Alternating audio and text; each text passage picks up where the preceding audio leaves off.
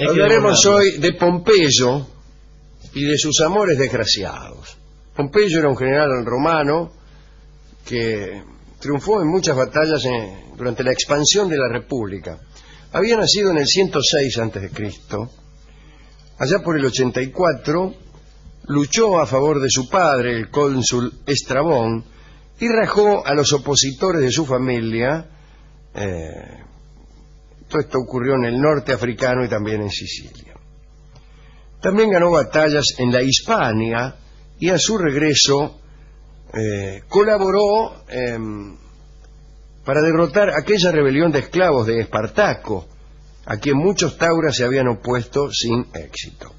En el 70 a.C. fue nombrado cónsul, derrotó a Mitrídates VI en el oriente, a Tirranes el Grande, rey de Armenia, y Antíoco XIII de Siria. Todas esas regiones fueron anexadas a Roma en una época de expansión republicana, a la que sucedería luego una de expansión imperial que alcanzaría, como saben ustedes, su punto cúlmine durante el gobierno de Trajano, allá por el toco de oído, el 113 después de Cristo. Después de todos estos triunfos, Pompeyo no quiso tomar el poder y formó una alianza conocida como el primer triunvirato. Lo formaban Pompeyo, Craso y Manuel de Zarratea. Y Julio César. Entre ellos se produjeron algunas discrepancias, como suele ocurrir en todos los triunviratos, que llevaron a la ruina de la República, e incluso muchos murieron por esa causa. Parece que Pompeyo era muy hermoso. Esa condición lo ayudó a ganarse el afecto de las muchedumbres y el favor de las mujeres. Cuenta Plutarco que durante su juventud Pompeyo enamoró a la cortesana Flora, una mujer que era famosa por estar siempre quejándose. A esta cortesana le gustaba recordar que ella nunca se había ido de su lado, del lado de Pompeyo, sin llevar sobre el cuerpo la marca de los dientes de su amante. Esto lo recordaba incluso en las circunstancias menos aparentes. Había un banquete y decía: "Ay, yo nunca me voy de la casa de Pompeyo sin llevarme la marca de sus dientes, me hago morder". Y ya. Pompeyo tuvo que dejar a Flora porque tenía que casarse, y le pidió a un amigo, Geminio, que se quedara con ella, con Flora. Geminio estaba enamorado de Flora y Pompeyo se la regaló. Era una época en que los hombres solían tener la idea de que las mujeres les pertenecían, no como ahora. Dice la crónica que Flora sufrió tanto que cayó enferma durante un largo tiempo. ¿Cómo le pasaría a cualquiera que es regalada? En verdad, los personajes más importantes de la época se disputaban para sus hijas a Pompeyo. Todos querían casar a sus hijas con Pompeyo. El dictador Sila tenía ese mismo deseo. Con la ayuda de su mujer, Sila convenció a Pompeyo para que se casara con una de sus hijas, Emilia. Tal era el afán con que quería llevar a Pompeyo a su familia, que no repararon en unos detalles casi descalificadores. Emilia ya estaba prometida a otro señor y además estaba embarazada. Igualmente Pompeyo prometió casarse con ella, pero la boda no se concretó, pues Emilia murió durante el parto. Tiempo más tarde Pompeyo fue presentado a una señorita llamada Musia, también de familia importante, y se casaron. Inmediatamente después del casorio, Pompeyo salió en expedición contra unos piratas que asolaban el Mediterráneo. Musia no lo esperó y le fue infiel con unos cuantos. Y a Pompeyo le iban con cuentos mientras luchaba contra los piratas. Che, dice, me han dicho que tu mujer no sé qué. Pompeyo se negaba a escuchar. Por ahí venía otro soldado y le describía su desgracia y él lo rechazaba furioso. Pero cuando regresó a Italia, Pompeyo le notificó a Musia el divorcio. Dice: me divorcié. Libre otra vez, ahí viene cuando forma el triunvirato con Julio César y Juan Larrea. Tal pacto político fue sellado por la unión de Pompeyo con Julia, una hija de César. Este matrimonio, por lo menos parecía andar bien. Julia tenía 22 años, Pompeyo tenía casi 50. Aunque la unión había sido por motivos políticos, se enamoraron. Plutarco cuenta que Pompeyo empezó a desatender sus presencias en el foro, es decir, su vida política. Pasaba todos sus ratos con Julia en su jardín en el campo de Marte, donde, según el cronista, materializaban el deseo. Venga que vamos a materializar el deseo entre los yuyos. Al poco tiempo, Julia estuvo embarazada. Pero en el año 55 a.C. se produjo un incidente.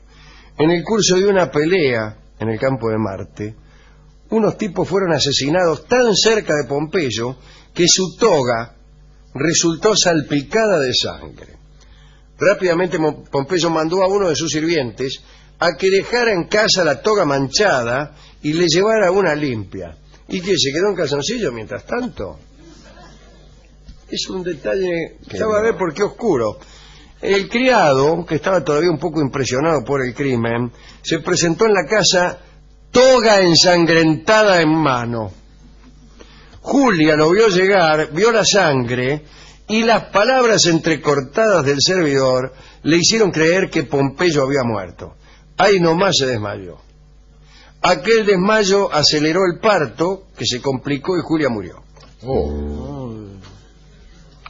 Esto nos deja una enseñanza evidentísima. Sí.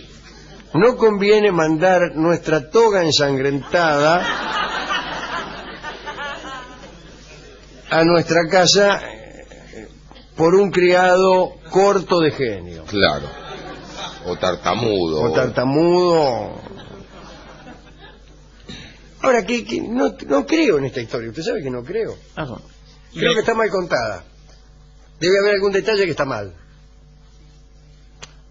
Pero usted lo preocupa... Se cambió la toga. Claro. Sí, cambió, no fue a buscar una toga el tipo. Usted si tiene una toga ensangrentada, ¿qué hace? Se la saca y se queda en calzoncillo y lo manda al criado a buscar otra. No. Pero capaz que se quedó en camiseta y en calzoncillo el tipo encerrado en un baño, esperándolo. Eso fue lo que pasó, evidentemente. Evidentemente se encerró en un baño en camiseta y calzoncillo y le dijo al criado, camine y sustituya esta toga ensangrentada por otra que no presente este desagradable defecto. Y además, el tipo llegó y sale la tipa a la... ¡Ay! Dice, esa es la toga de coso. Está toda ensangrentada. Seguro que se murió. Y el criado, mientras buscaba palabras, era un criado de Nubia. Claro. Un criado extranjero. Que vivía en Nubia, allá cerca de la segunda catarata, abajo del Egipto, y que no hablaba el castellano. Claro. Pero, discúlpeme, ¿y cómo sigue? Porque el criado, si ya tartamudeaba con lo de la toga, después del suceso de esta mujer... Salió corriendo para evitar ser culpado, evidentemente. Bueno, no sé. Usted parece Rolón. Bueno, Pompeyo, ante esta muerte de su mujer, la Julia, quedó destruido. También el pueblo se conmovió por esa muerte, y cuando Pompeyo se dispuso a hacer los funerales de Julia en su propiedad, una muchedumbre tomó el cuerpo y le dio su sepultura pública en el campo de Marte, lo que parece una buena noticia, pero a mí me parece francamente un verdadero desastre. Usted está en medio del velorio, ahí qué sé yo, y cae la gente y dice, no, que nos llevamos al final, lo vamos a sepultar. Sí, allá, en una parcelita que tenemos nosotros. Sí. Un año después Pompeyo volvió a casarse. Le está yendo siempre mal. Por eso, yo estaría asustado en el caso de la mina. Esta vez con Cornelia, hija de Metelo Escipión.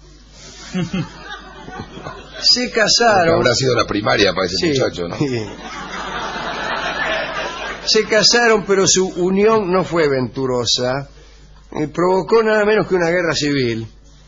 Pompeyo, aconsejado por Metelo, bueno, el propio nombre de ella es un consejo. Claro.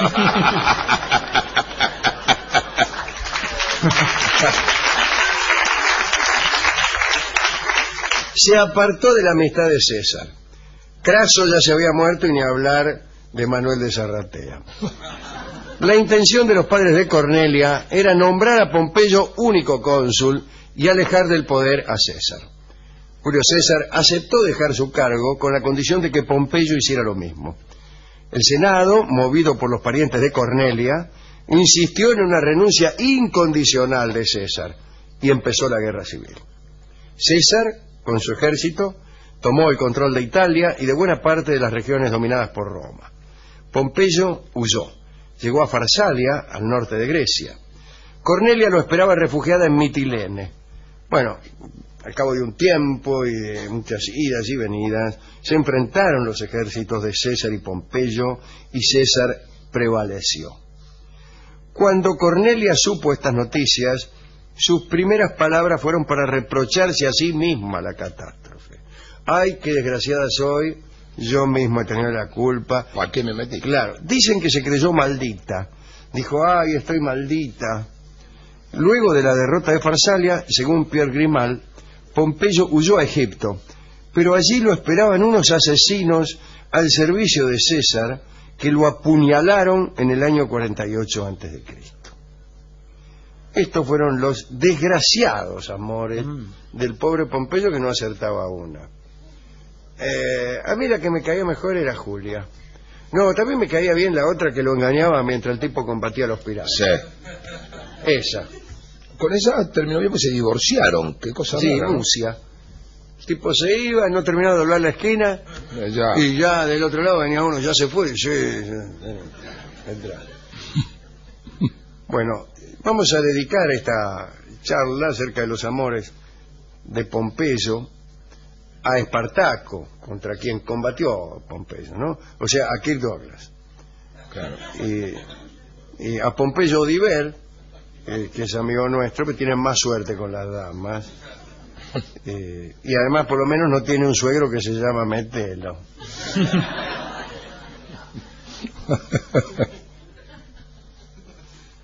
Bueno, hemos ido a la discoteca y hemos tenido una discusión con el discotecario porque... Está tensa últimamente la relación con el Sí, discotecario. está tensa, Sí. porque al decirle nosotros que Pompeyo había saltado de un amor a otro y que lo había perseguido a la desgracia, el discotecario opinó que la desgracia la provocaba justamente esa inconstancia amorosa de Pompeyo, ese saltar de un afecto a otro, y que ese es la madre de todos los vicios, Dijo el tipo. dijo, y nos dio un tango que se llama Solo se quiere una vez, y que escucharemos en la versión de Horacio Molina. Adelante.